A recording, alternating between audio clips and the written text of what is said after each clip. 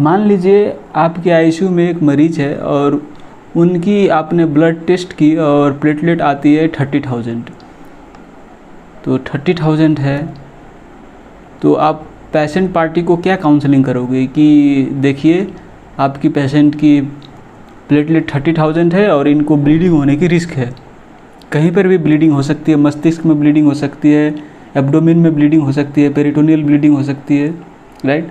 लेकिन मैं कहूँगा कि इस मरीज को थ्रोम्बोसिस होने की रिस्क है, ब्लीडिंग होने की रिस्क नहीं है, थ्रोम्बोसिस होने की रिस्क है। दिमाग में थ्रोम्बोसिस हो सकती है, किडनी में, रेनल आर्टरी में थ्रोम्बोसिस हो सकती है, मेजेंट्रिक आर्टरी में थ्रोम्बोसिस हो सकती है, कोरोनरी आर्टरी में थ्रोम्बोसिस हो सकती है। थ्रोम्बोसिस होने की रिस्क है। प्लेटलेट 30,000 है और थ्रोम्बोसिस होने की रिस्क, क्या बात कर रहे हो आप? हाँ ऐसे भी होती है, हाँ ऐसे भी होती है। क्या क्या कंडीशन है वैसे होने की? देखिए, अगर मरीज को डिसेमिनेटेड इंट्रावास्कुलर कोगुलेशन हो तो थ्रोम्बोसिस हो सकती है। प्लेटलेट काउंट 30,000 भी है तो और भी थ्रोम्बोसिस होने सकती है।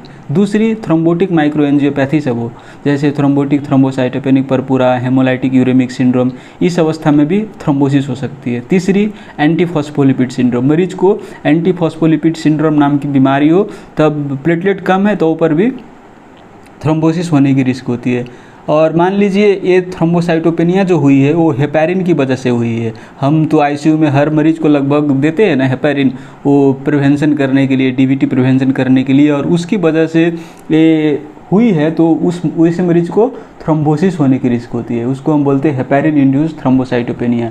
और भी कुछ रोग है जैसे पैरोक्सिस्मल नॉक्टर्नल हेमोग्लोबिन्यूरिया, तो उसमें भी थ्रोम्बोसाइटोपेनिया हो सकती है, लेकिन मरीज को क्या रिस्क होती है?